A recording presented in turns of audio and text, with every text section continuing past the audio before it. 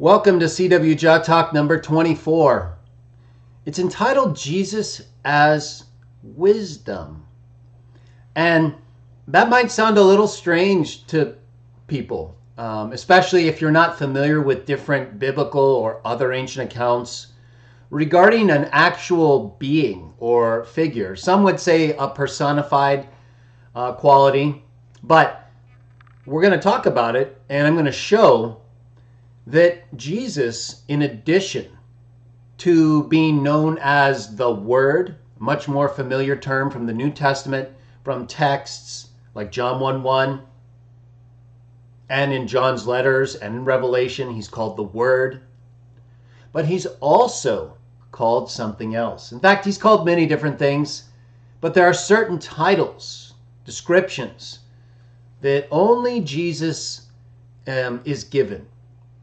And so they are unique to him, along with the accompanying descriptions. And that's what today's show is going to be about. It's going to be about showing the evidence for why many people, including myself, identify Jesus, the human we know as Jesus of Nazareth, Jesus Christ, Jesus the Messiah, depending on your belief. In addition to being known as things, terms like the Word and firstborn, I'm going to show the evidence today, a good portion of it, for why many people also identify him as wisdom.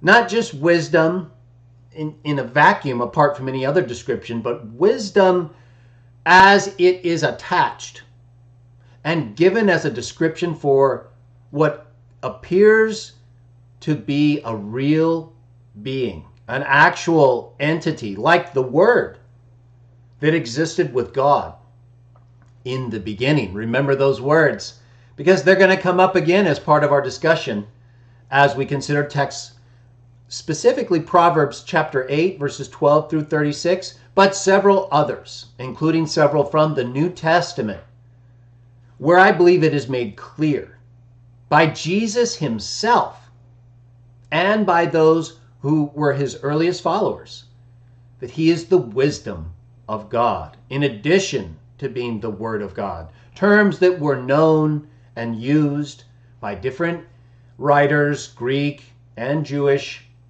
for several hundred years prior to Jesus actually coming to earth or being born as a man, however you view it.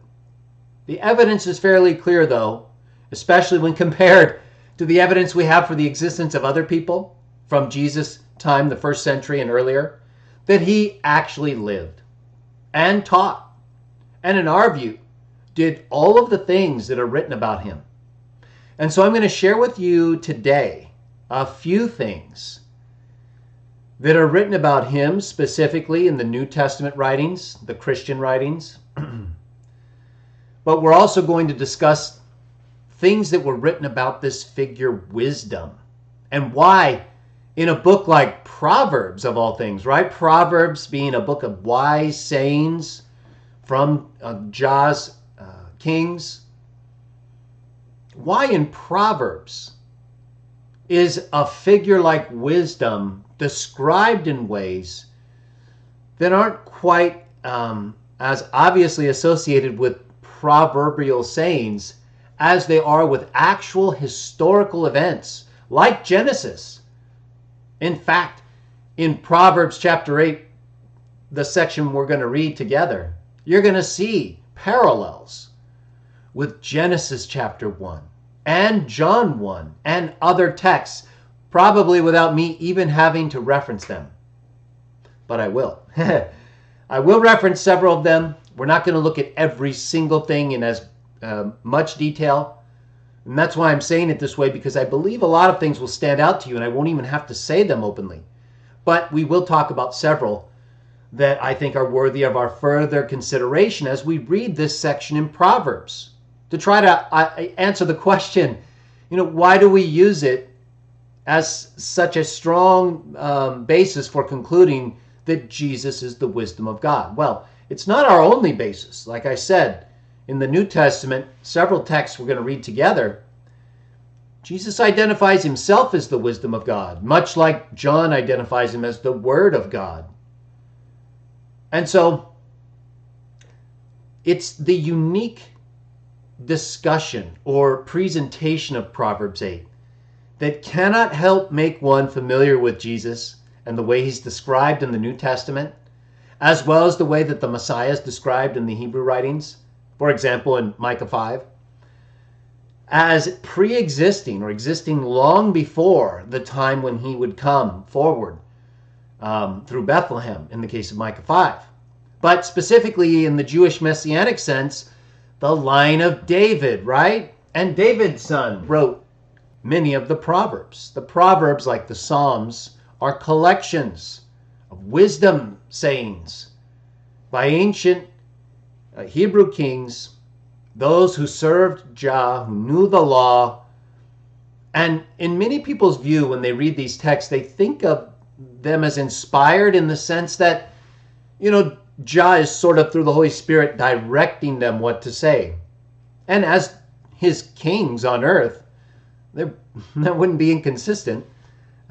It is historically the case with most great ancient kingdoms that their rulers were considered either gods or the representatives of the gods to whom the gods communicated. So David is seen as this type of king.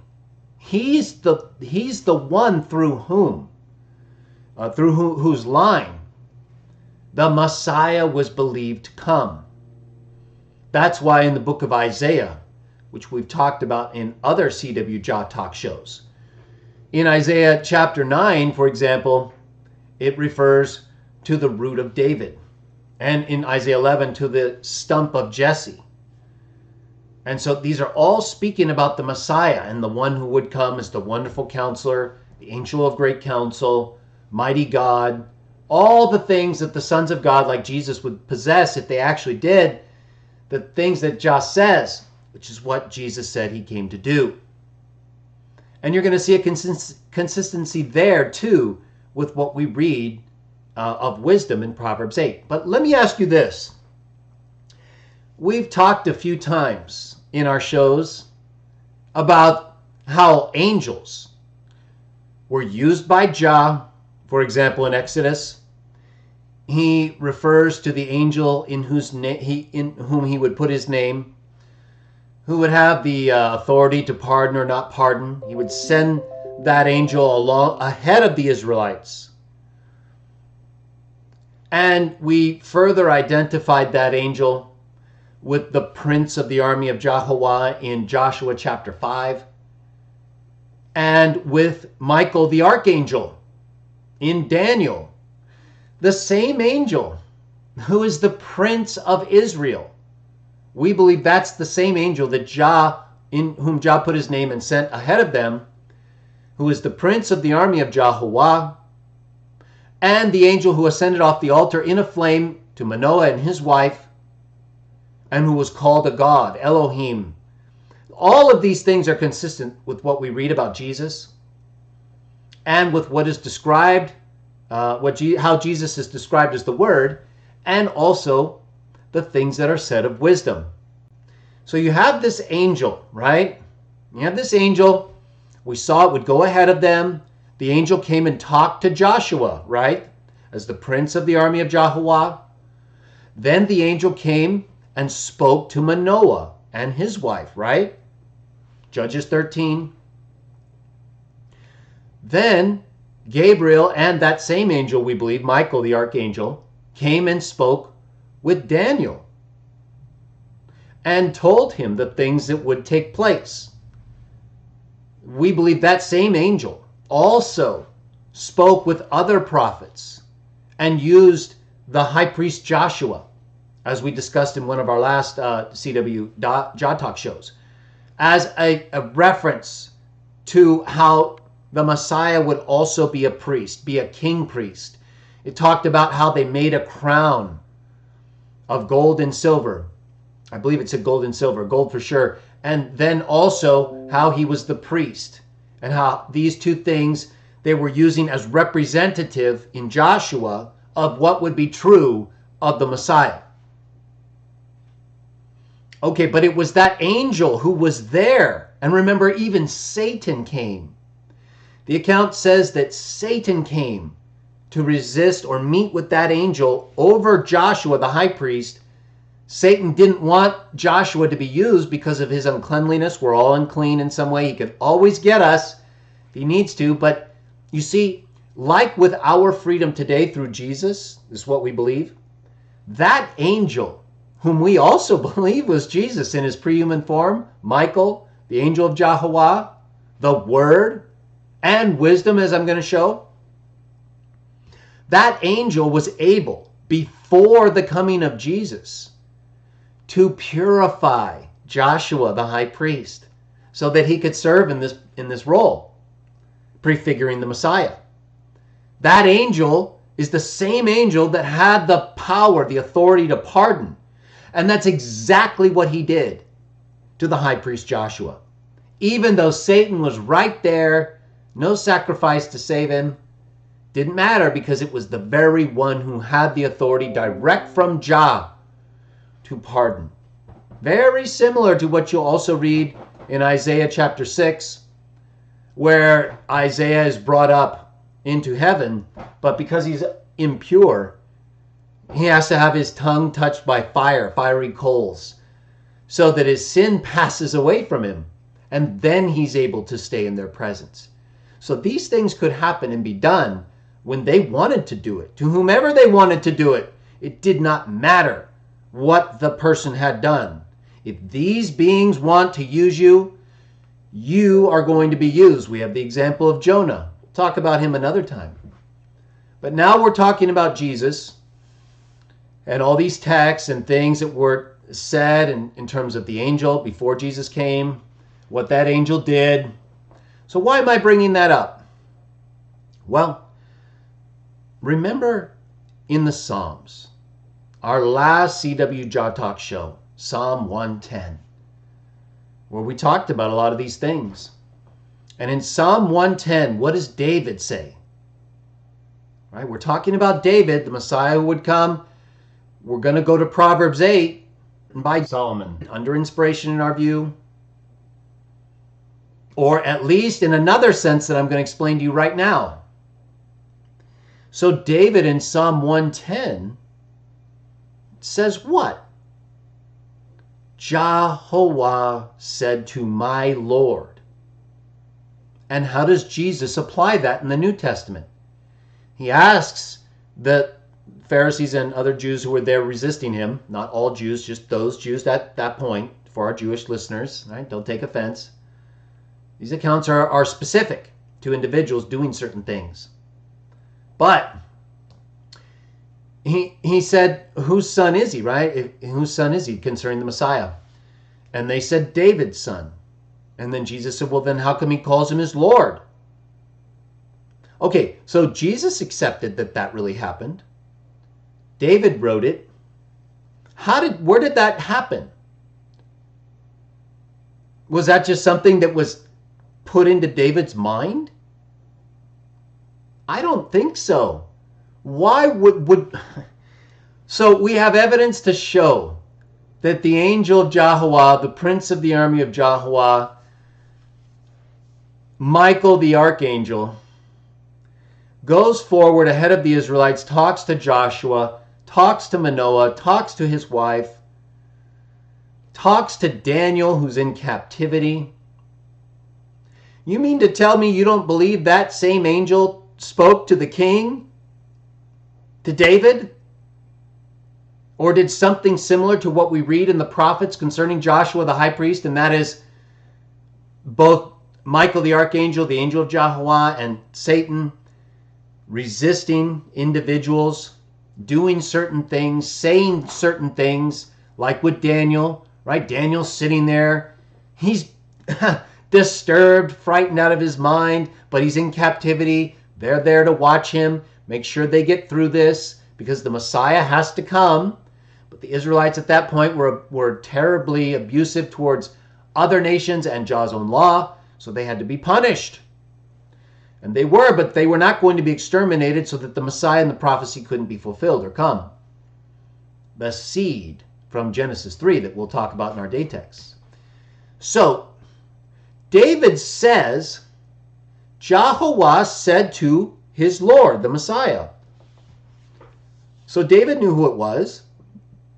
In the same way that in the prophets, Joshua prefigured the Messiah, it states openly that he represented the one who was to come, the sprout.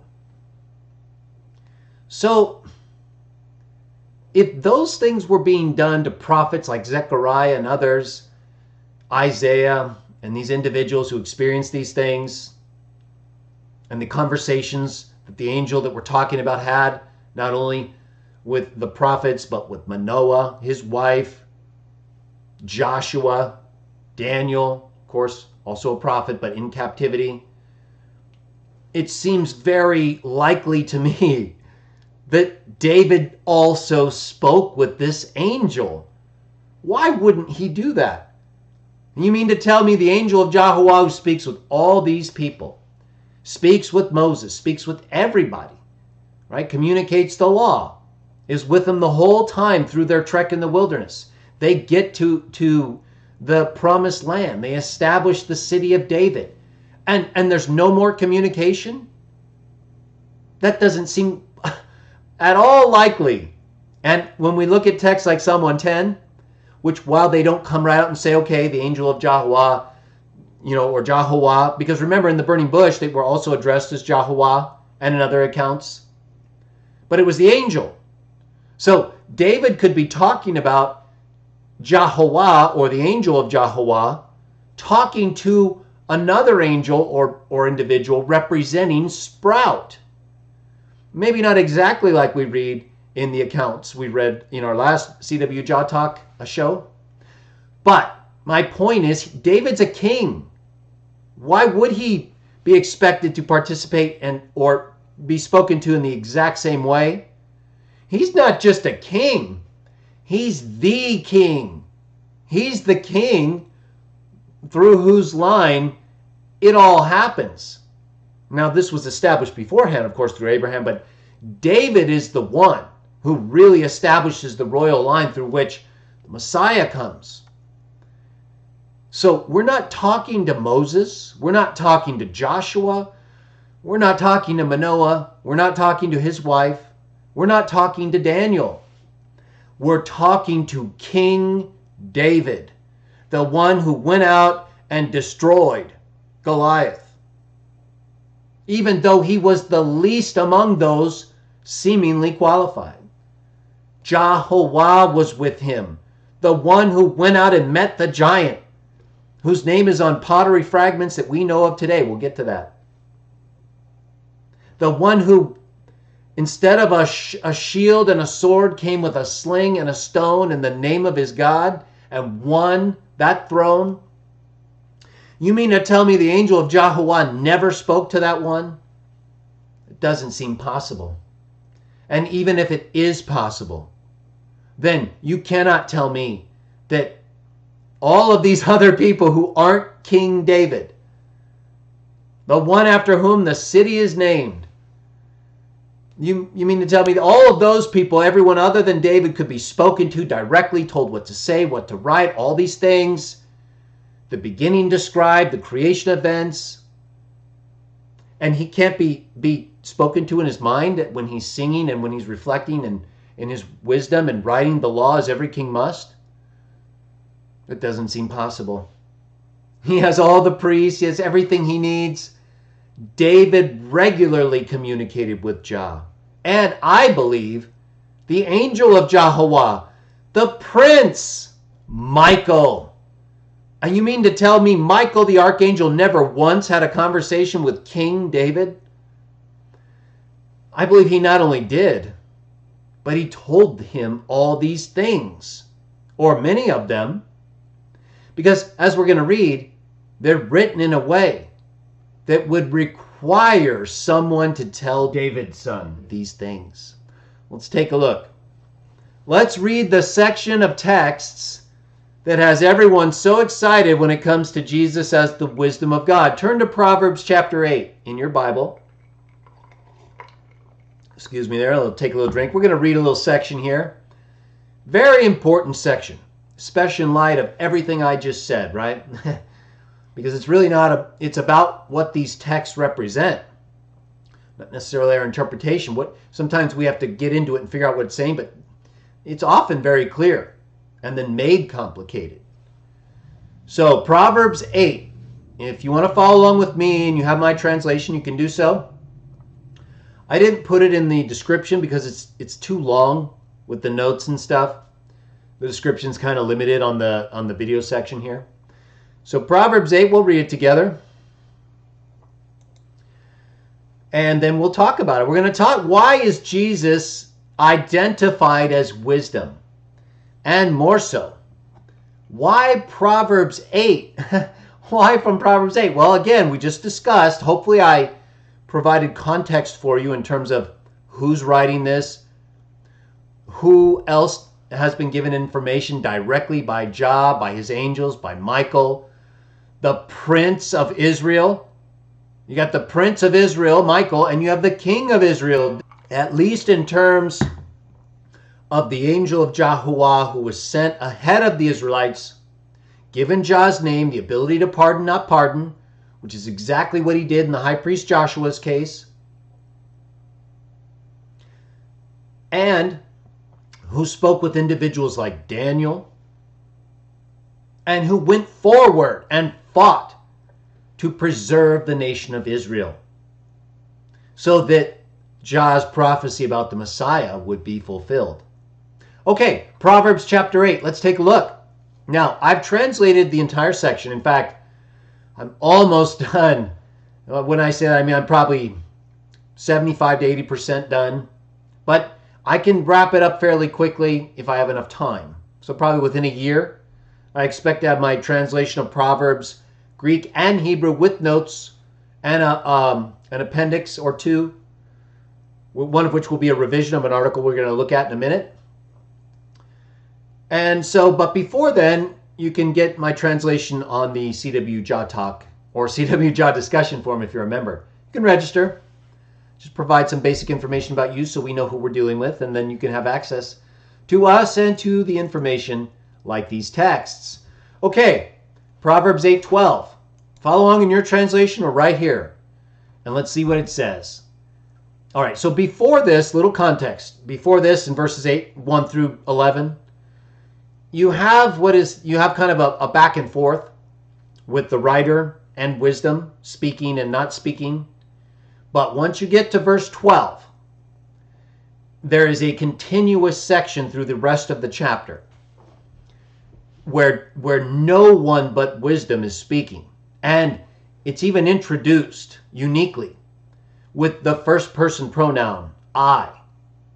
So it's a section that's often marked off as unique, not only in its content, but in the narrative form, and not the same as just these alternating proverbs. Okay, so let's take a look. Verse 12, I'll read the Hebrew. Excuse me, get my voice ready. And then I'll read the Greek translation. And you'll see, for the most part, they're basically the same. But it's important that we get the full presentation of any little differences that might add to our understanding. All right. Proverbs 8:12. Hebrew translation. I, wisdom, have lived with good judgment, and knowledge about intentions I will find. Verse 12, Greek translation. I, wisdom, ego he Sophia, have lived closely with counsel and knowledge, and I make an appeal to intention. Now, oftentimes people will use this text and say, well, you know, if wisdom's a real person, you know, who is good judgment or prudence? You know, who is counsel and knowledge? But they're not personified here in the same way as wisdom. Not even close. They're never presented in this way as speaking with the first person pronoun I. And they're never given the kind of descriptive attention that you're about to read here that is applicable only, really, to one other person. And in the New Testament, individuals like Jesus don't identify themselves as good judgment or as knowledge or counsel. They do identify themselves, or one of them, we'll get to it, does identify himself as wisdom. Okay, so let's focus on wisdom. What's going on here? Wisdom is talking, right? It's not David's son. Now, he may be writing, or the writer of the Proverbs is writing, obviously, maybe receiving information in an inspirational sense directly in the mind, Holy Spirit. We believe that. You may not. Or it could be consistent with how individuals in this time and before and after were given special knowledge, and that is by direct communication by Jehovah's angel. Even when it came to the law, in the book of Acts, it says that was transmitted by angels. So, if the entire law was transmitted by angels, well, why wouldn't there be information that's unique to angels when they lived, transmitted by angels? All right, let's take a look and see what he says, or she says. Wisdom, feminine, but gender is not something specific to spirits. That's what we use in a grammatical sense for our words, because as humans and in the animal kingdom and creatures of the earth, we have male and female. But spirits are not presented that way in an absolute sense like we are. They're represented as feminine or masculine at times, and certain words are used of them that are feminine or masculine in terms of grammatical gender. But it's not their actual gender. It's not how the spirits are defined otherwise. They're referred to mostly as sons of God, or as God in the human male sense. But they also have these feminine associations and are given female terms because we're made in their image, male and female. It's in our date texts, Genesis 1. All right, so back to these texts, Proverbs 8. Wisdom is talking, very unique. First person pronoun. Something special is breaking out right in the middle of these Proverbs and discussions about things from the perspective and inspirational standpoint, in our view, of a king. Verse 13. Fear Jehovah. Fear of Jehovah is to hate evil, pride, and arrogance, as well as an evil journey. I, first person pronoun, too, have hated a mouth speaking perverse things. Verse 13, Greek translation, fear of Lord Jehovah is hating unrighteousness, pride, as well as arrogance and evil ways. But I, first person pronoun, have come to hate journeys which have been corrupted by evil people. Verse 14, Hebrew translation, wisdom is talking. My possessions are counsel and true wisdom. Angel of great counsel. My possessions are counsel and true wisdom. I, first person pronoun, have good judgment. Strength belongs to me. Mighty God, strong God, Iskiros Theos. Verse 14, Greek translation, counsel is mine, wonderful counselor, angel of great counsel. Isaiah 9, confidence belongs to me, as does clever thinking and strength. Iskiros. Verse 15, Hebrew translation, it is by me kings continue ruling, and those who are ruling will determine what is correct. Verse 15, Greek translation, through me kings continue ruling, and those ruling will write righteousness. Who's writing this? A king. Wisdom is saying right here that the kings who are ruling, not just the Israelite king, All kings. She is going to influence and make sure, to the extent that the humans are not corrupted by beings like Satan or themselves, like Adam, that they write righteousness. And that is why civilization, in spite of having periods of difficulty and turmoil, have more or less been stable and allowed us to continue and grow even through those periods. Verse 16, Hebrew translation. By me, princes will rule, and nobles, all who judge correctly. Verse 16, Greek translation. Through me, great men are declared great, and through me, those without claim, tyrants, seize land. I'm just going to mention that with emphasis here for those of you who are obsessed with thinking you own the land. We don't own the land. The land owns us. That's why when we die, we turn to dust and we can't even be distinguished from the land. We govern it temporarily. That's it. And we either do it right or wrong. And it does not matter how you got it. Wisdom is the one who allows things to go on. If you're ripped out of the earth, what does Proverbs 2:21 say? That the wicked are torn out from it. The righteous are allowed to remain. We're all wicked in one sense, but there are terribly corruptible, evil people that wisdom hates, right? You can see right there, back at verse 13. I have come to hate journeys which have been corrupted by evil people. You will find in many cases, everybody usually gets what they deserve. And if they don't, the ones who give them what they don't deserve will get it. And the people who got it wrongly are rewarded. Wisdom is the one who makes that happen. Even if tyrants take the land, right? Who took Jah's own people? Well, if he lets his own people who are sinning and rebelling against him, who really shouldn't even be alive, right? Oh, we're all sinners. We're being given this as a mercy, as a gift, so that we can attain what was meant for us. If he punishes his own people, nobody is safe. Nobody is righteous. Not even one. And if we're allowed to exist, we should be thankful until we're done. Instead of crying over who owns the land and who rightly owns it. You don't own anything. You're owned by it.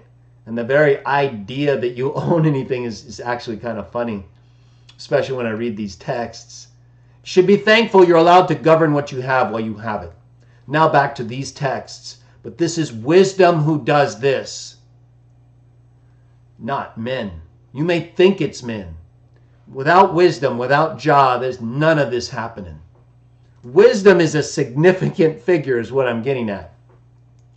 Now, I've not put next to all of these texts, like you'll see in our next verse 17. You'll notice I've put a few texts from the New Testament. We'll take a look at a couple. By the time I publish the translation, there are many other parallel texts I already have in my noted edition that I just haven't put up and edited fully online. So we're not going to see every parallel that you could draw here between what is wisdom is saying and what is written about Jesus in the New Testament. There are many, but I'm going to highlight a couple, like in verse 17. All right, let's take a look and see what it says, and then we'll read those two texts, or at least one of them and then one other text. Notice verse 17. This is wisdom. Those loving me, I am loving. And those looking for me, I will find. Greek translation. I love those loving me. And those who are searching will find me. Okay, let's take a look at a couple texts. We'll get to that one next. But let's take a look first at those texts from... Let's take a look at Luke. Right here. Luke 22, 28 through 32. Okay, so we just read... Well, that will go back. We know we just read that those loving me, I myself will love, and those searching for me will find me. Okay, so let me get this lined up here correctly. There. Excuse me. So Luke, just a little bit more there. Starting verse 28. However, this is Jesus talking. He's talking to his followers. Wisdom said, those loving me, I myself will love. Verse 28. However, you are the ones that have stuck with me in my trials. Wouldn't you say that's love, right? He stuck with me. They were prepared to die with him, at least up until the point where, he's about to describe when he's actually going to be killed. But at least they said at one point, let's go be killed with him, when they thought he was going to be killed upon going back to Jerusalem. So they stuck with him through to this point. And so he says, I make a covenant with you, just like my Father made a covenant with me, that you may eat and drink at my table in my kingdom, sit on thrones to judge the 12 tribes of Israel, the ones remaining after those who are selected from them, according to the description and listing in Revelation 7. And then look at what it says in verse 31. Jesus says, Simon, Simon, look, Satan has demanded to have you men to sift you as wheat. But, verse 32, I have made supplication for you, that your faith may not give out. Right? So what happened? What are we looking at here? You stuck with me. I stuck with you. And what was it that wisdom said? Those loving me, I will love. I love those loving me. I made supplication for you. You stuck with me. John 13:34. I'm giving you a new commandment. This is Jesus talking to them again. That you love one another, just as I have loved you. Very striking similarity in my opinion. Absolute proof? No. But we do have the word and wisdom basically saying the same thing. Those loving me, I will love. You stuck with me in my trials. Satan wants to sift you as wheat. I made appeal for you. Right? Who else made appeal for another? The angel of Jehovah towards Joshua against Satan. And I believe this is basically the same thing happening again. All right, so let's move forward now into the rest of Proverbs 8. A couple parallels, I will note, much more ahead. Verse 18, Hebrew translation. Wealth and honor are with me, special sufficiency and righteousness. Verse 18, Greek translation. Riches and glory exist with me, even many possessions and righteousness. What does Colossians 1:19 say? That Paul writes about those being possessed of a fullness, and that is described as the fullness of that which makes one a God, or the divine qualities that Christ possesses, that we can also possess through him, beyond what is normal. Special sufficiency and righteousness to get through all that stuff, to proclaim this message. And glory exists with him. We know that's true, right? He's the imprint of God's glory, and the exact copy of his being. Hebrews 1:2 and 3. Verse 19, my fruit is good. What did Jesus say? By their fruit you will know my followers. Better than gold, even better than purified gold, and my income is better than chosen silver. Verse 19, Greek translation.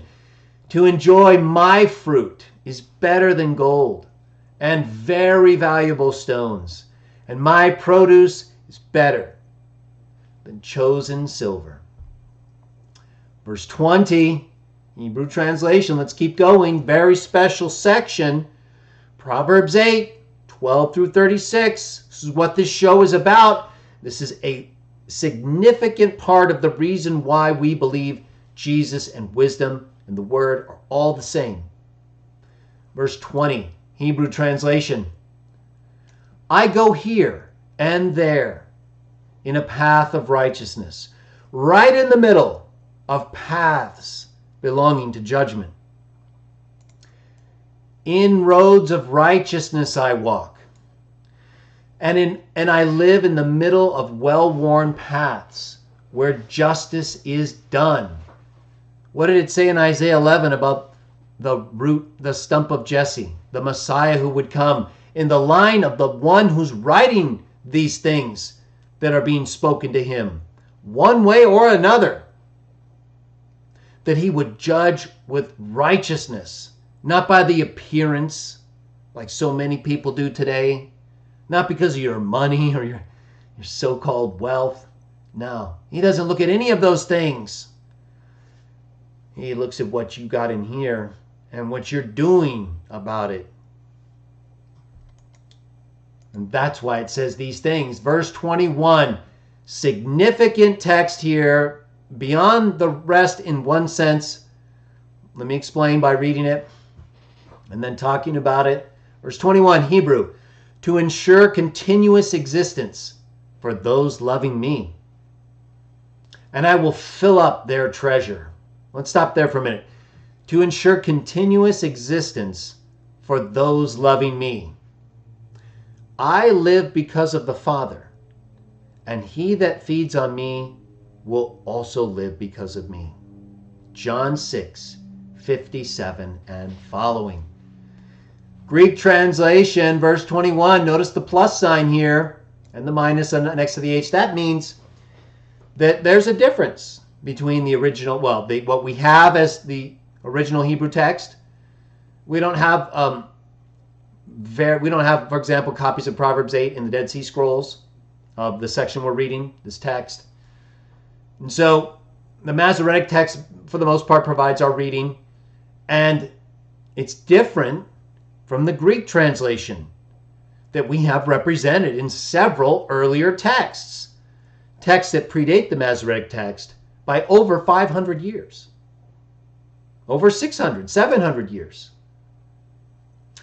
This is what those texts say. Verse 21, wisdom says, in order that I might apportion my property to those loving me, and their treasure rooms I will fill with good possessions. Here's the italicized added part, which is different. It's in the earliest text we have.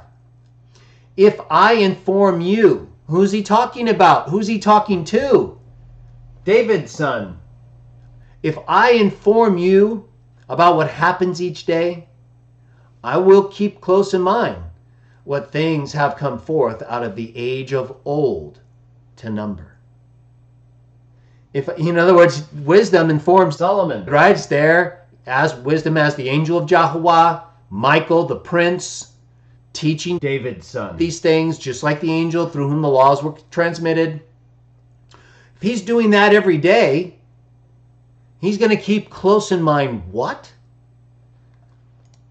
What things have come forth out of the age of old to number. That's how the earliest texts introduced this section. Wisdom, the one who informs King Solomon every day, is now going to tell him some things that happened long ago. What are some of those things? All right, let's get ready. A little bit of a drink there. So we got a couple notes as well. Verse 22,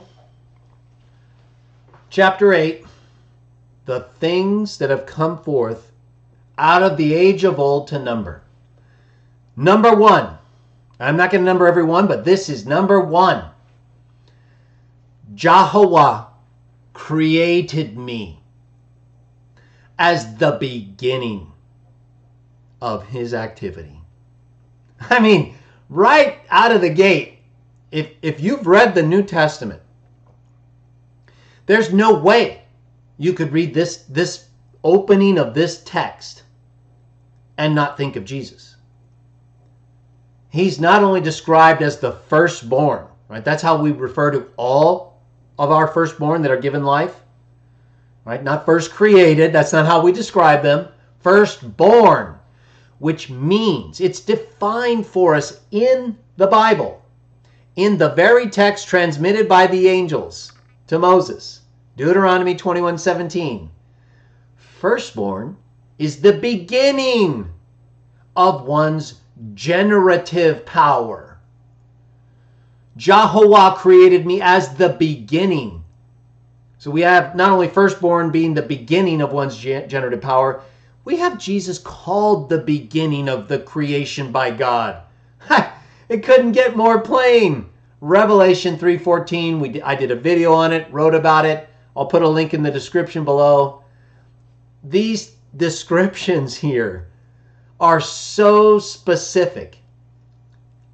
It's not possible really for John, for example, in my opinion, to have written Revelation 3:14 and not known of this text and how it related directly to what he's talking about. Let's read more of it.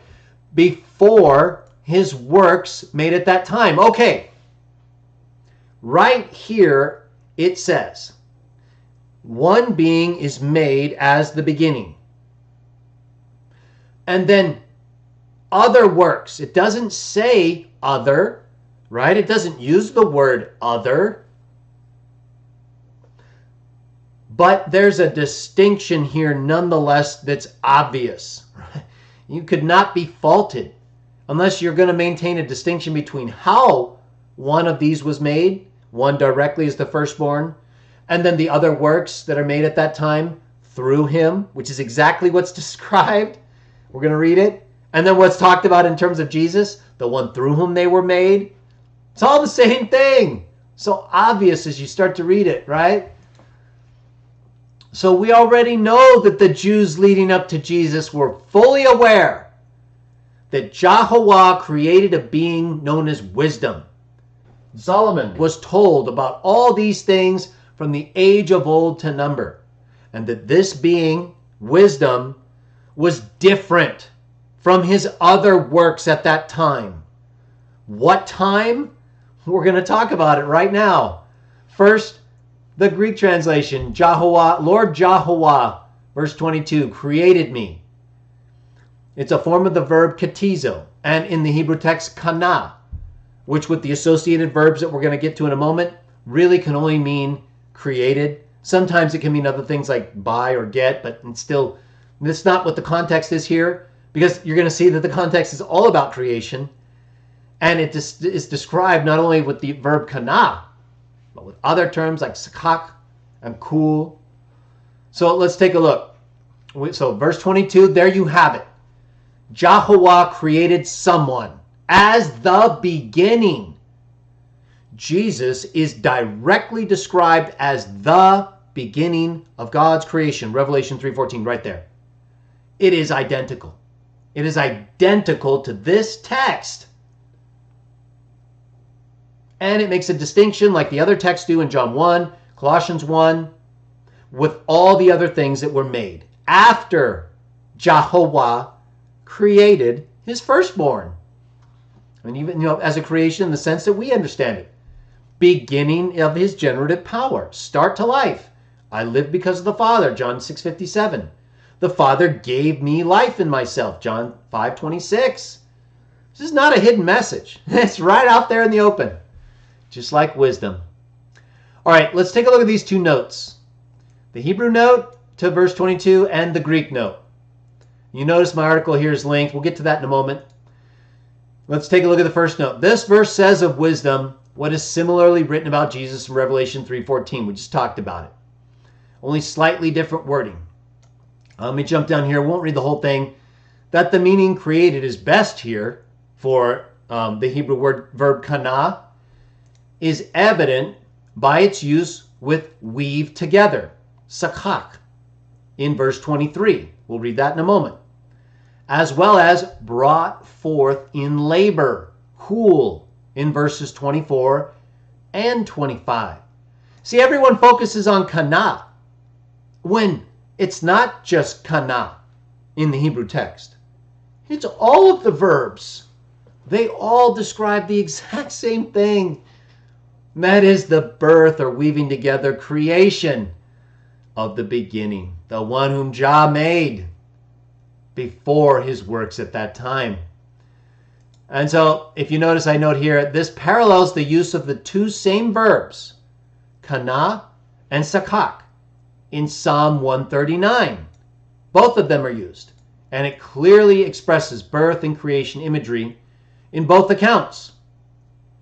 And so, Proverbs 8:22 in the Greek text, when it uses katizo, much less disputed in terms of what it means than kana. Although, again, with the associated verbs, there's really no dispute. But, the Greek text, katizo, gave the early church writers who were more Trinitarian, like Athanasius, a lot of trouble. But he just applied it to another aspect of Jesus' life. Okay, so you can read more about that in my JWD editions.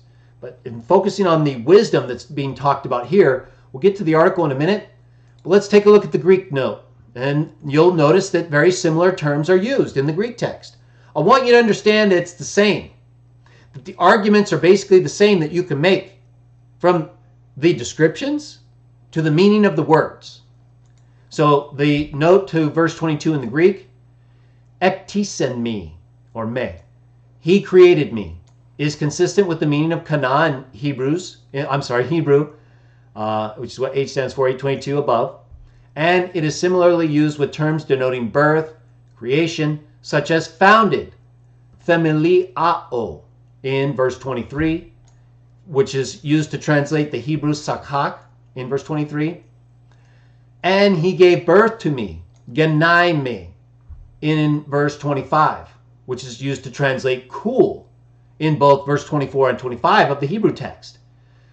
So, and then I note the similarities again with Revelation 3:14, Colossians 1. We'll get back to my article, Jah Loves Her, in a moment. Let's finish the reading. All right? Before we get to my article, where we'll address a few parallels from the New Testament, let's get this reading well in mind. I think we're doing a good job so far, highlighting the text, the differences, and how they complement each other. Important things we need to keep in mind, the parallels that are made between Jesus and wisdom, or that are just evident, they're not made, right? Because Jesus wasn't there yet. And these are in both the Hebrew and Greek texts in terms of the parallels. So, verse 23. I'll put it right there. This is wisdom still talking, numbering out of the age of old the things that took place. So Jehovah created her as the beginning.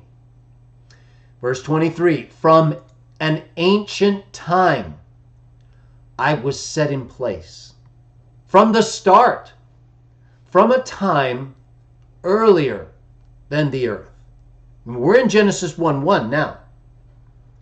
Greek translation, before the original age, right? Before the foundation of the earth, or men, humankind. Before the original age, he made me as a firm foundation in the beginning. Who was in the beginning with God? The Word. Who's with God in the beginning here? Wisdom. Who's God's firstborn, the beginning of creation in the New Testament? Jesus. Who's his first creation here? Wisdom. Verse 24. When there were no watery deeps, I was born. First created, born. Jehovah created me. I was born. Same thing, right? Our children are born. We still see them as created because they come from us. Their life starts. It's the same imagery the Bible gives us for Jesus and Jah.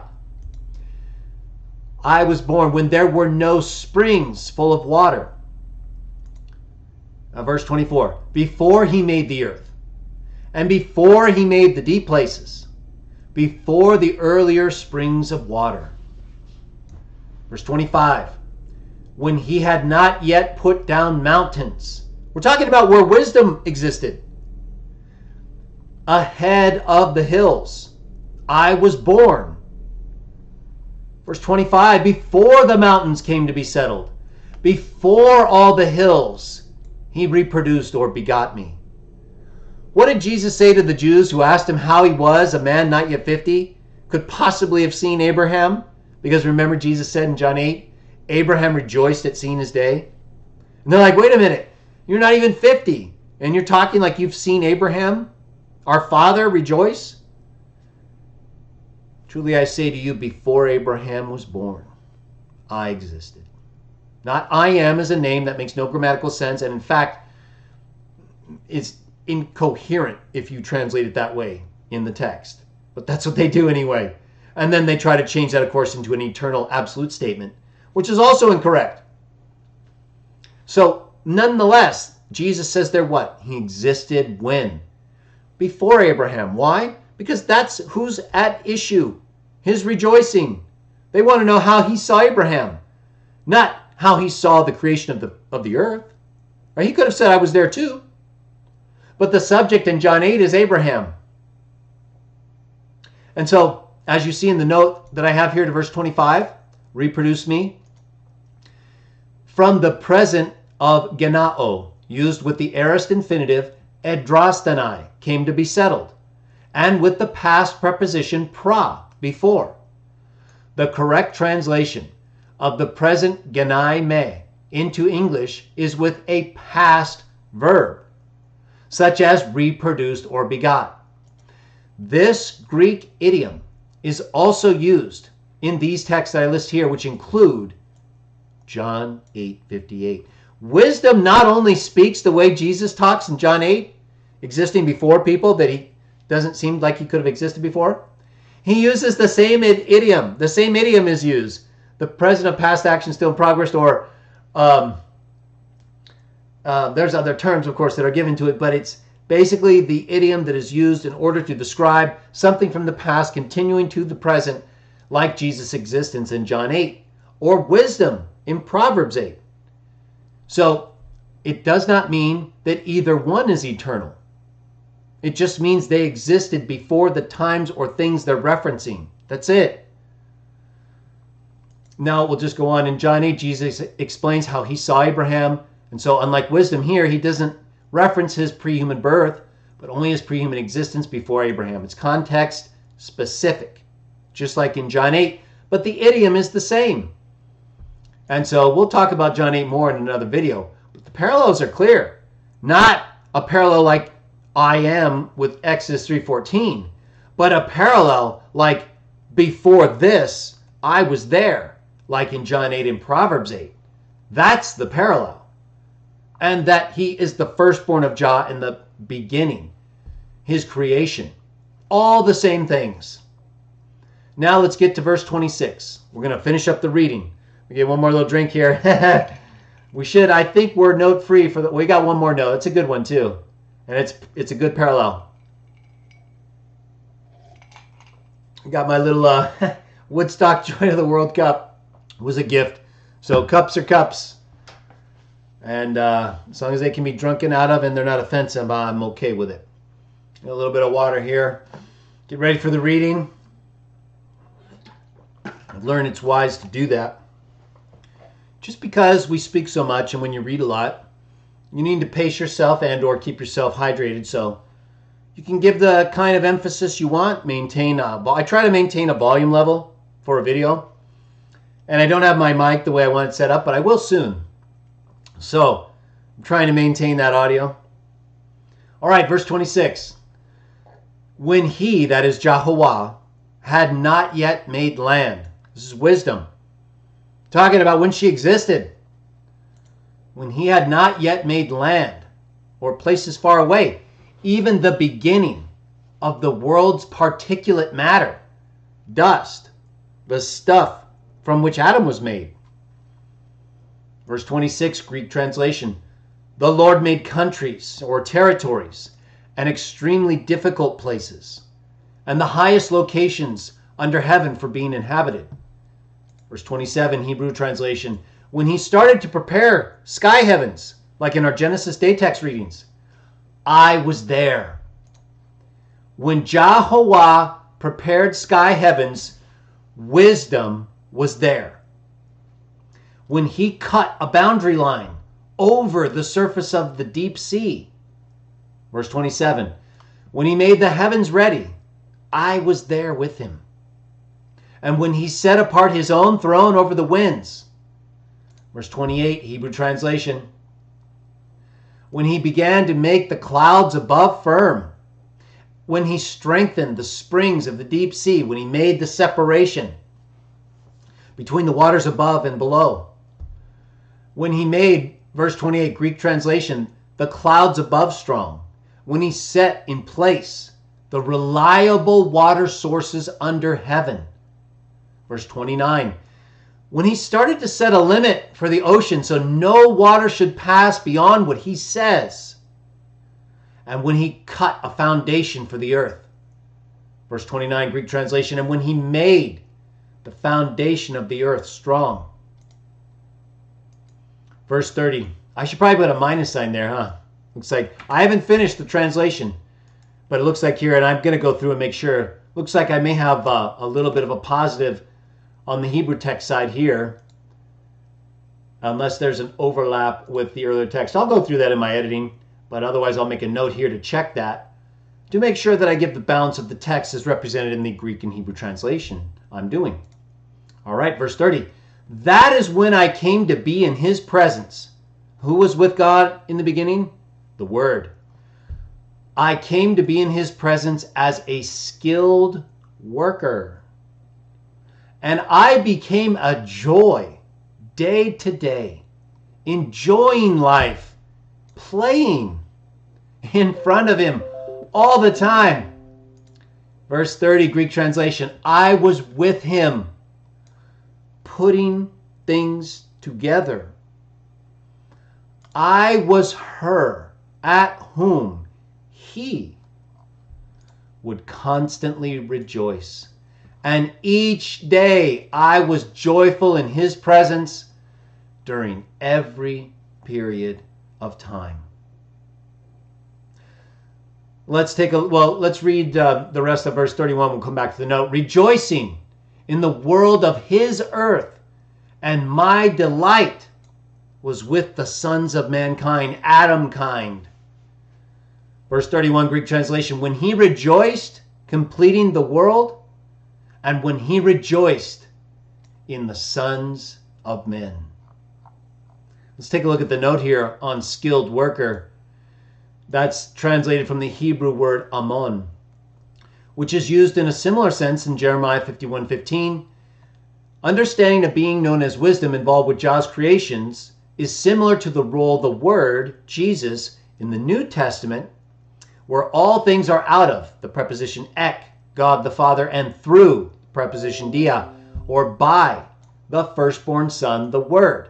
And then I cite several New Testament texts that most people are familiar with, which teach these things. And then the note says, this is also why the one God of the Bible says in Genesis 1:26, let us make man in our image.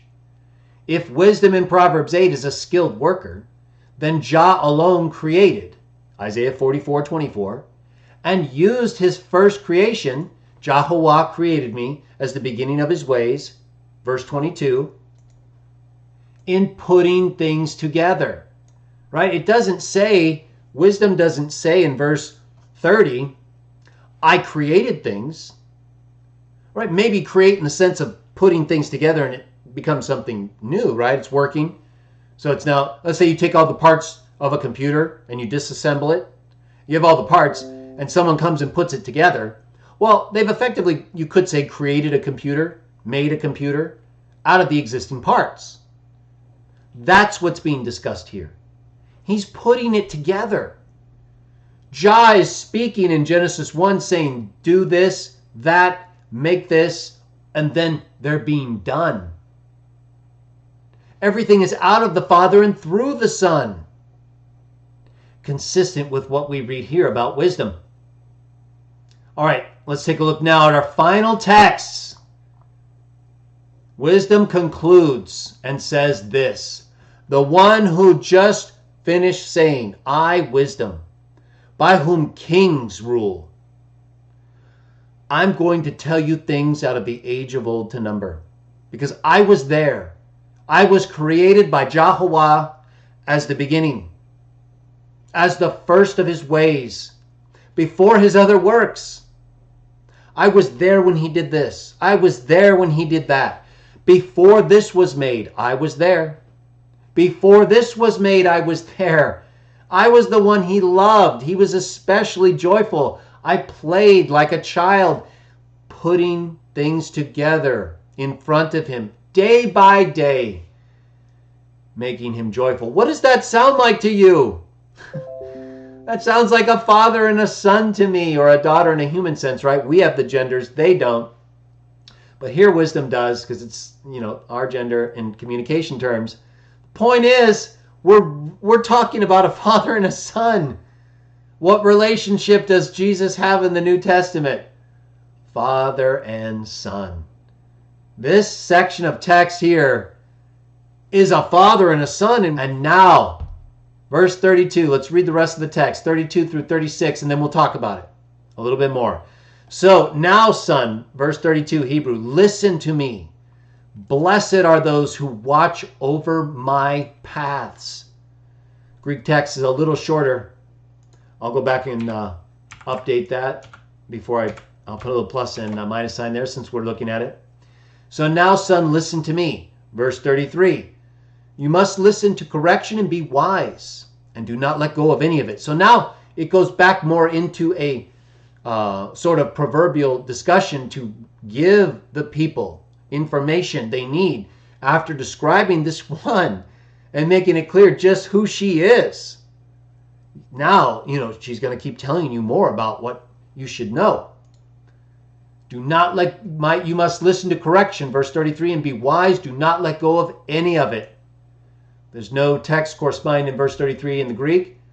Verse 34, blessed is a man listening to me, in order to keep watch over my doors day to day, to guard the gateposts at my doorways. Verse 34, Greek translation, blessed is a man who will listen to me, and a man who will guard my ways, watching over my gates during the day, protecting stations at my entrances. Someone I can trust. Verse 35, Hebrew translation, for the one finding me has found life. Who is the way, the truth, and the life? Who is the one through whom we can get life, because life was given to him? The one finding me has found life, and he obtains favor from Jehovah. Verse 35, Greek translation, my actions are actions of life, and a desire from the Lord Jehovah is made ready. Whose will did Jesus come to do? Whose desires did he fulfill? His own? No. Desire from Lord Jehovah. Verse 36, last text as far as the subject of our show today. And then we'll talk a little bit more about it and some more parallels, right, to Jesus in the New Testament. Hebrew translation. But the one missing me or sinning against me is harming his own life. All those hating me love death. Notice how sin is associated here with wisdom. Verse 36, Greek translation. But the ones sinning against me act despicably toward their own lives, and those hating me love death. All right. Now, as we read those texts together, we read a couple of texts, and I referenced a couple of texts from the New Testament where I believe there are parallels to Jesus and the things he did and taught and that were taught about him. How did you feel? How did you feel as we read those texts before I even talked after I finished reading about him? I talked about him after I finished reading. As I was reading them myself, I could almost feel other people because I can sense the words and how they might be, how they might impact people reading them the way we're reading them for the first time today. If that's how you've read them, right? Maybe you've read them in a different way before as part of just an ongoing section of Proverbs that you really didn't separate and distinguish the way we did. When we set it up and did it the way we did it, as I was reading it and I thought about how you might be interpreting it, it just seemed so obvious that we could see the same things. I didn't feel what I'm getting at is, I didn't feel like you weren't seeing what I was seeing. Or maybe you weren't. Maybe it just seemed totally different to you. I just didn't get that feeling. It felt really clear. Something we were meant to know about. And that was obvious if you understood the context. And maybe even the text from verse 21 that adds a little more from the perspective of wisdom, that she's actually enumerating things from ancient times to impress upon the kings who rule by her and everyone else just how important she is. Those loving life guard her entrances, and those hating her love death. And yet she's depicted as this child created by Jehovah as the beginning of his ways, as the beginning. As one who was born, weaved together.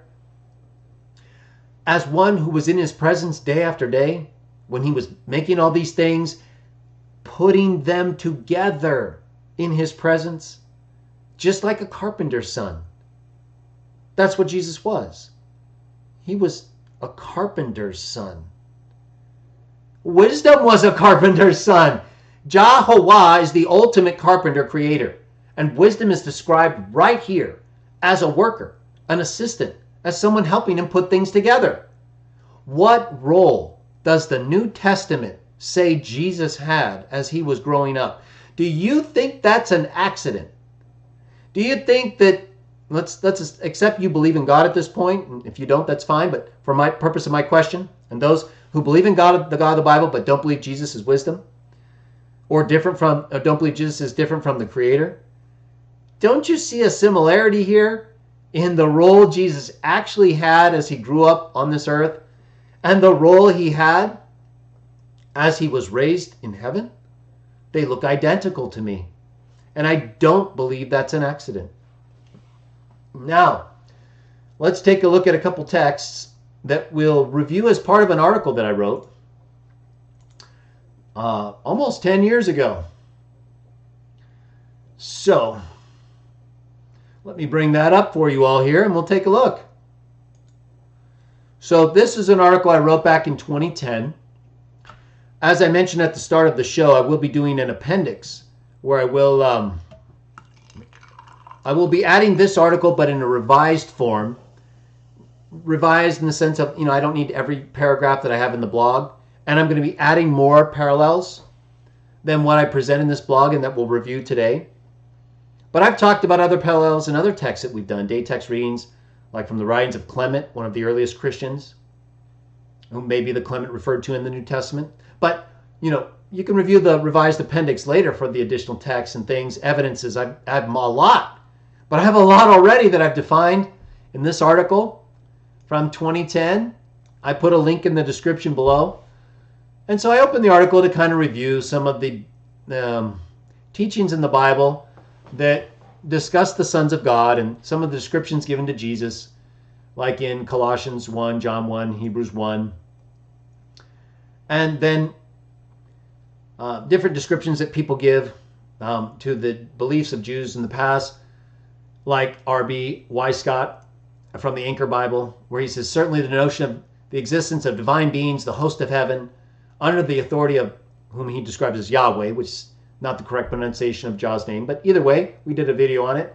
Jah, I put in brackets, angels or messengers, functionaries of his royal court, members of the divine council, was not felt to be incompatible with Jah's unique deity. And I've done a whole video on this, the sons of God. I've done other videos discussing Michael the archangel and angels and their roles relative to Jah. And I opened up this show summarizing some of that information and accounts where angels are described as Jah, as God, as a God, as having the authority to forgive and not forgive, as having Jah's name within them. So I do a little bit of that here to sort of introduce that so people understand that we're not talking about polytheism, no more than Jesus was in John 10 when he accepted the use of gods in Psalm 82 as God speaking to others as gods in his defense for the Jews' accusation he claimed to be a god. That's all we mean, that there are others who are called gods. but either approved or not approved by God. And if it's approved, it's because they do what God tells them, not because there are other gods that you can distinguish from him. That's polytheism. That's not the case here, or with Jesus especially. He comes only to do Jah's will and says so over and over and over again. They're indistinguishable in that sense. So, I talk a little bit about that so people understand where I'm coming from. It's not like we're just presenting this idea of another being who's discussing these ways or describing these ways out of nowhere. Just because we're not Trinitarian doesn't mean we don't have a basis for what we're saying. In fact, I've argued, and I will argue again, that the Trinity has no foundation in the New Testament or the Hebrew texts, but that the foundation that is provided in the New Testament and before the New Testament is exactly what we're discussing. Wisdom, the Word, the angel of Jehovah, Michael the archangel, sons of God as gods, either as reflections of Jah, images of Jah, doing his will, not their own, or like Satan and opposing him as his rival. Well, with wisdom, obviously that's not the case, right? We just read that she was there in the beginning. Jah's obviously not bothered by her or his son, right? They're there. He speaks in Genesis 1 the same way. These are his family, his only begotten son, the only begotten God, John 1:18, who's with the Father in a close association. Well, what did we just read in Proverbs 8 about wisdom and Jah? Doesn't get much closer than that. You mean to tell me there's another being there in addition to the firstborn? Maybe. But they're both putting things together and being used in this way by Jah. They're both the beginning. That's not possible, right? So we know they're the same. They say this, they're described in the exact same ways and in the exact same places, doing pretty much the exact same things. So I go through here, let me increase this a little, and provide parallels. I believe there's 18 parallels in this 10-year-old article that just show, in addition to the other information I provide, other parallels. Some of which we've discussed, like they're described as created before all things, as the firstborn of all creation, and as the beginning of God's creation. They're described as in the beginning, from the beginning, as well as with God when he created throughout this period. So there's notes here. We'll get to some of them in a minute. And then, of course, you have all these texts that are used to support what I say here. And you notice here in the text, the section we read, or some of the descriptions we read about being the beginning of God's creation, gives note 8 right here. For some reason, the notes, I've got to revise this article a little. A lot of the transliterations are not correct because I used a different font that isn't showing up on Blogger right now. And the like if I hit that 8 right there, it's hyperlinked, but the hyperlink isn't taking me right to note 8. So I have those notes over here, and I can just flip to them. So the note 8 I have referenced there, we talked a lot about it, but it gives a lot of the same information plus some other stuff. So since we talked about it, though, let me move on. We read number 2. 3, they're expressly associated with light, everlasting life, truth, and salvation. Right? Part of what we read involved being right. Those who love me love life, love wisdom. Those who hate her love death. And then the other text that we didn't read today discussed the other terms, light, truth, salvation over here. So you can just go here and look at these on your own and compare them. We're going to do a couple in a minute. But let me go through these that we're not going to review in terms of the text. But you can do that on your own right here. They enter the world and they are uniquely involved or tent with humankind. You should look all these up on your own and you'll see what I'm talking about. They are specially characterized by God's glory and as his image. Number 6, they have a similar special relationship with God that no one else is described as having. Number 7, they have had a unique fondness for humankind since our creation. We read that in our discussion earlier in Proverbs 8, how she was fond of things involving humankind, Adam kind. And of course, Jesus came because he loved the world so much, right? Jah sent him and he came for that same love. Since their creation, they are described as everlasting, like Jah, and now they will never give out. You can review those on your own. Refers to other texts, biblical and non-biblical, because there are non-biblical books some of which were still kind of considered as part of the biblical text by the Jewish people at different times. But they were definitely related to the same events in different ways that you could still look to them reliably in terms of what was taught. Much of which in these texts involve wisdom, just like in Proverbs. Number 10, they're both described as managing or holding things together. These are very unique things. They're not the kind of things you would read about just anyone or even any spirit being. And yet they're also distinct from God. Number 11, they are described as next to, attendant upon, or even seated on God's throne. Number 12, they invite others to come and to eat their special food and drink, including bread and wine. They're both used of them in different texts, listed over here. Number 13, they are able to deliver a person from sin. 14, they are referred to by the unique terms amon and or amen. You can look at the note and the text. All very unique things. 15, they are identified as the only begotten. They're both called monogenes. And so that's another unique feature. Wisdom in Wisdom 7:25. And of course in Proverbs 8, what did it say? I was born. Twice it said that.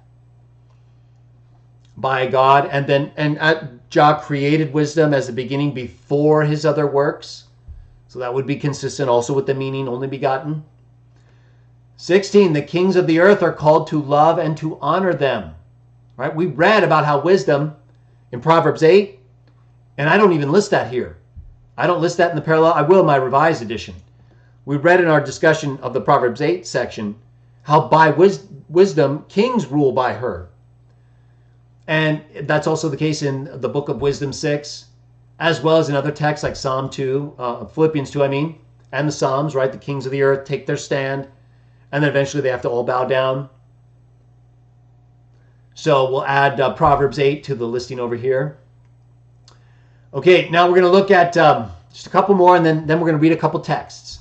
All right, number 17, they are identified as the same person in several New Testament and related texts. Okay, so I list several texts here, but then in this number 17, I refer to number 18, which I use on its own, because while there are New Testament writers whom I believe identify Jesus as wisdom, Jesus himself does it. And that's why it's listed as number 18. Jesus of Nazareth is expressly said to have identified himself as the figure of wisdom. Okay, now where does he do that? So I list these texts over here, and I'm going to go down to note 24 because it has those readings, and we'll take a look. So let's go to note 24 in my article on this number 18 about Jesus expressly identifying himself. Expressly, I believe. Meaning it's not cryptic. It's obvious. Note 24. It's a lot of notes. So I'll take a drink while I'm scrolling down there. Okay, here we go. All right, this is very important. And we're going to read these texts. We'll summarize things, then we'll wrap it up, okay? And then I'll stick around after I close the show to answer some of your questions. Maybe we'll do some of it on the show. So, all right. Note 24. In Matthew 23, 34 through 36, Jesus is recorded as saying the following. Okay, this is one of the texts I list over here. Matthew 23, 34 through 36, with the parallel account being Luke 11, 49 through 51. Here's the text, and both of them. So from Matthew and Luke, we get this account of Jesus saying this. Therefore, it's recording Jesus. So I put his name in brackets because he's talking. Therefore, I send you prophets, sages, and scribes, some of whom you will kill and crucify, and some of whom you will flog in your synagogues and pursue from town to town. Okay. So I'm going to just stop there because it's not necessary for us to read the entire rest of the account. That's what it says in Matthew 23. Jesus is talking, and he's the one saying these things. And Matthew was obviously there, or had firsthand knowledge of these events. Now in Luke, the same account, Luke wasn't there. Luke wrote his account after and went to all these different people like Matthew and others who were with Jesus and took down what they wrote. He explains this in the opening of his gospel narrative, of his great message. He's writing to Theophilus and he's telling him all the things he found out. So Luke presents it a little differently. Same account. Matthew has Jesus speaking, saying, I send you prophets, sages, and scribes, some of whom you will kill and crucify. Luke writes, same account. Therefore, also Jesus is talking. Luke is writing the account as Jesus talking. Therefore, also the wisdom of God said, I will send them prophets and apostles, some of whom they will kill and persecute. Luke, because of his going and talking to all the different people and what they heard and what they understood, he knew that Jesus was wisdom. So he's identifying him as wisdom right here. And in fact, he's having Jesus do it himself. Because no one questions it's Jesus talking. It's not like he's quoting. He is quoting. He's quoting from a text, but he's the one saying it. And certainly, if it's the wisdom of God saying it from the text that he's quoting, then that's even more an implication that he is a pre-existent being who was there as part of these things. So, but there's no dispute he's the one presenting the text, is what I'm saying. That he's the one speaking it. And in Matthew's account, he says, I. Matthew was with him and had firsthand knowledge of what was going on. So there's no contradiction, especially since Luke is gaining his information secondhand and writing down what other people like Matthew understood.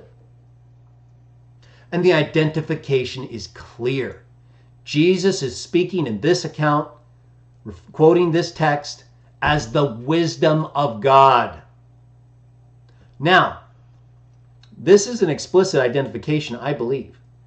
And in an early work, what's known as the Diatessaron, if you look at this reference here, you notice one of my references is right here to this work, the Diatessaron, Tatian's Diatessaron. Give a link here, you can get to it online. I'd have to scroll down to section 42. I have another piece I'm going to use though, but here it is online if you want to read it, right there in that link. There's another version I'm going to show you in a minute that's online. So the Diatessaron is dated to the 2nd century, and it's considered a Syriac work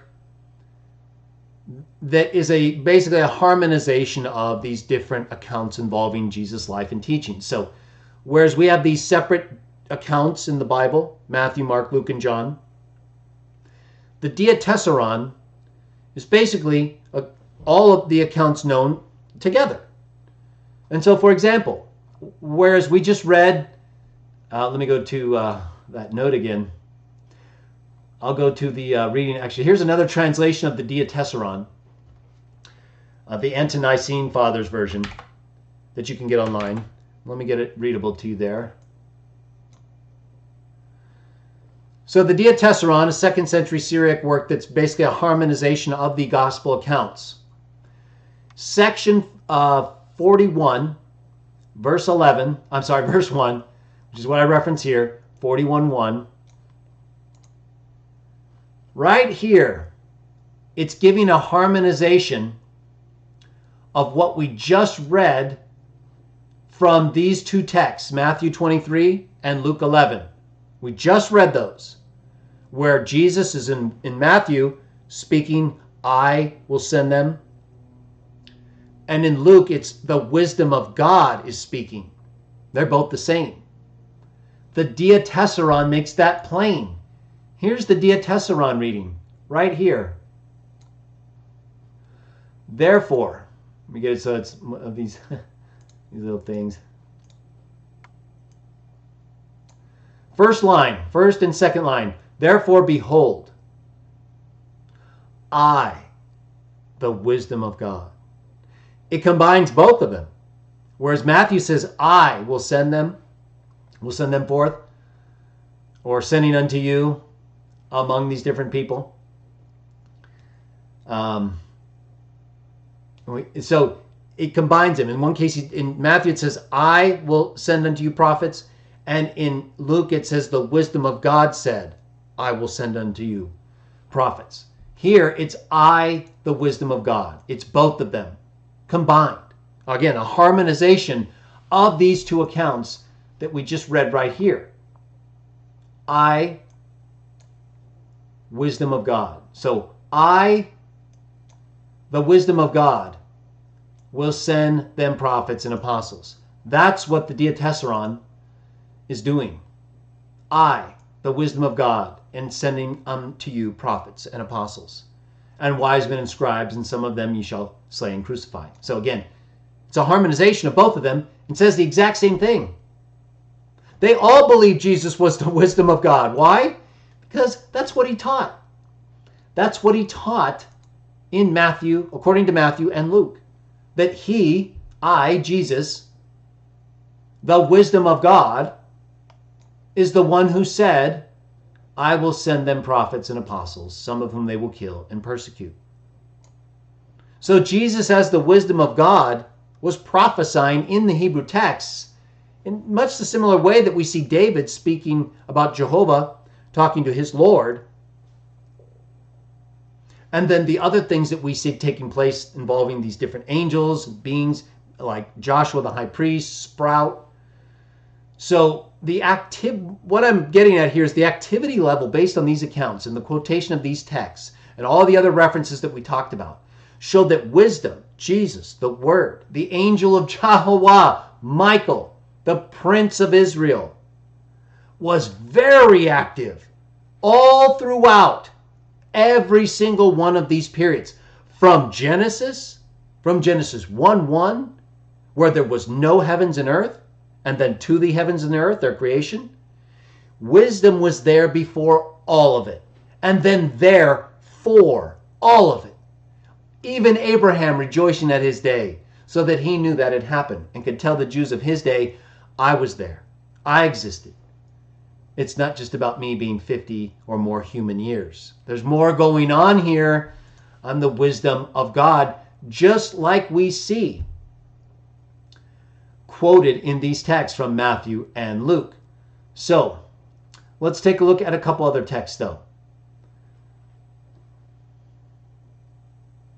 You can look, for example, I quote in the note Matthew 11:19, which I do reference here, along with Luke 7 as a parallel account, where it says, Jesus says, according to Matthew 11:19, the Son of Man came, this is Jesus talking, eating and drinking, and they say, look, a glutton and a drunkard, a friend of tax collectors and sinners. Now, who is he talking about? The Son of Man, right? They're talking about the things the Son of Man did. He came eating and drinking. Oh, look, he's a drunkard, friend of tax collector and sinners. Who's vindicated by the deeds? Wisdom. Her deeds. Son of Man. Same one. Right? He's not talking about what the Son of Man came and did, and then what they talked about it, and then just totally breaking from that and going off subject to wisdom, right, and what she does. They're the same. This is another instance where Jesus identifies himself as wisdom. He does it also in Luke 7, where it's once again another instance where Luke records Jesus as wisdom. In fact, there's a quote that I make here from A.S. Vanderwood and for F. Garcia Martinez from the Sapiential Liturgical and Poetical Text from Qumran, a Brill publication in 2000, where they analyze these different texts, and they wrote this regarding Luke 7:35, which is the parallel to Matthew 11:19 that we just read right here, where Jesus parallels the Son of Man, what he did, with wisdom and what she did. Well, Luke 7:35 does the same thing. Look at how they describe it. The parallel text in Luke 7:35 refers to all of her children at this point. Yet wisdom is justified by all her children. In this case, the author wants to establish that it is the deeds which justify the identification of Jesus with wisdom, and which provide the basis for the claims made by the author of this gospel later in this chapter.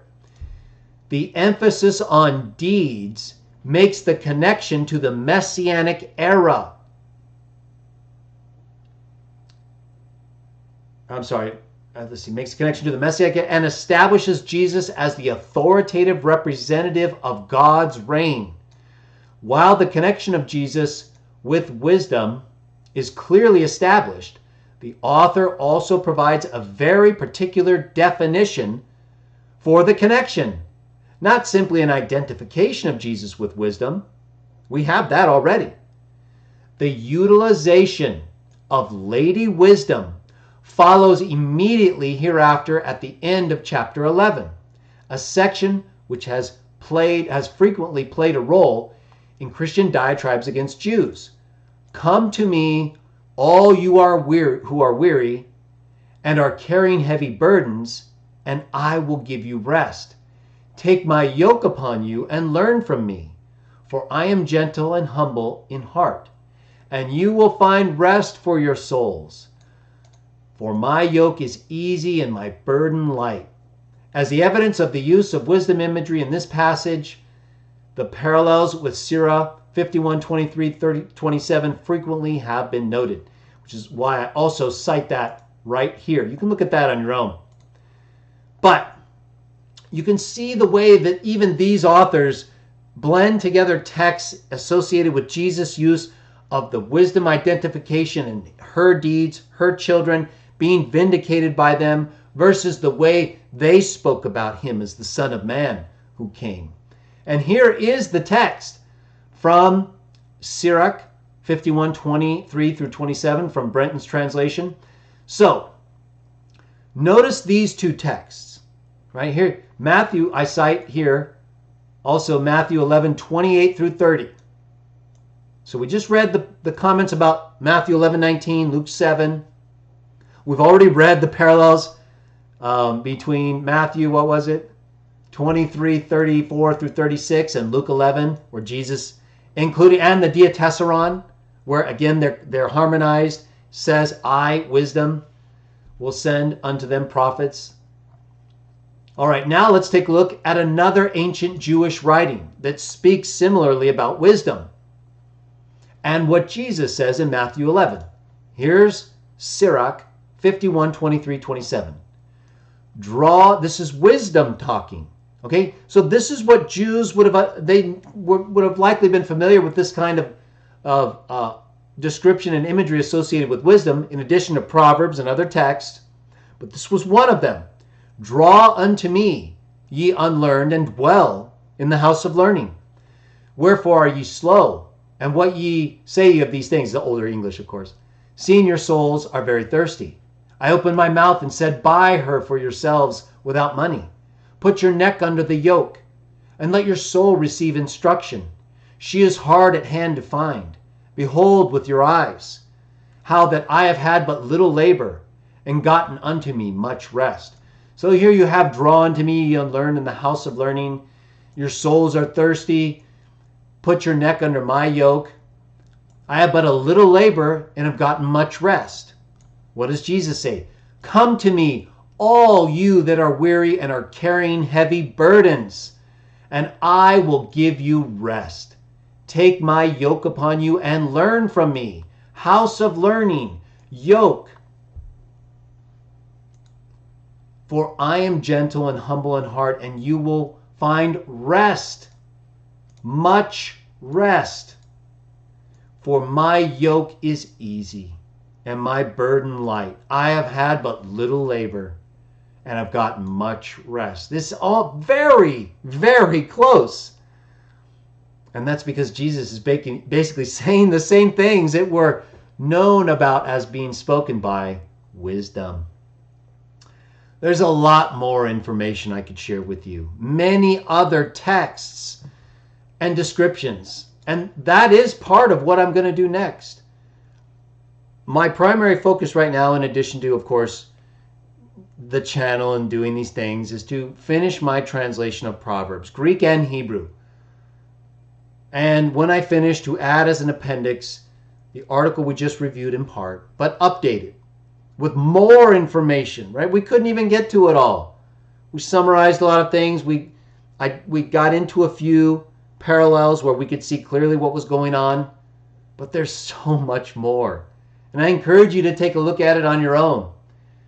Because identifying Jesus as wisdom is something that will fill in for you a lot of gaps in the Bible that speak about this being in ways very similar to, and in fact identical to, descriptions given to Jesus. Not just any description, very unique descriptions, like the beginning of creation. And so when we put all these things together, I say we, I mean people who think like me, that Jesus is both the Word and wisdom of God, the one who was in the beginning with God, putting things together that his Father made. All things are out of the Father and through the Son, because he's putting them together like a carpenter's son. All of these things are consistent. They present no problems for us at all. They're in no way polytheistic. There's no way you could think wisdom is a God who rivals Jah. No way. There's no way you could think Jesus is a God like that either. Although he does speak of other gods, sons of God whom God judged because they weren't doing their Father's will. So there is a difference in that respect. And we don't acknowledge or worship any other gods than Jah, and those whom he sends as him, not as them. And the one in whose name we bend, Jesus, is the only one we acknowledge in addition to him. Not as the Logos, not as wisdom, because they're not the ones, or Jesus didn't come in those forms to give his life like he did as Jesus. And that's why we speak to God through him. He's the last Adam. The Word is not the one who died, neither is wisdom. He gave up that form, according to Philippians 2. Even though he was rich, he became poor. And he took on the form of a slave, a man. And in that form, while the same person, just not the same nature or form as a God, the God who was there with the nation of Israel that Jah sent with his name to punish or forgive and to fight the other nations who were overseen by these other princes, sons of God. He gave all that up. He left it behind to become a man and then to give his life for Jah.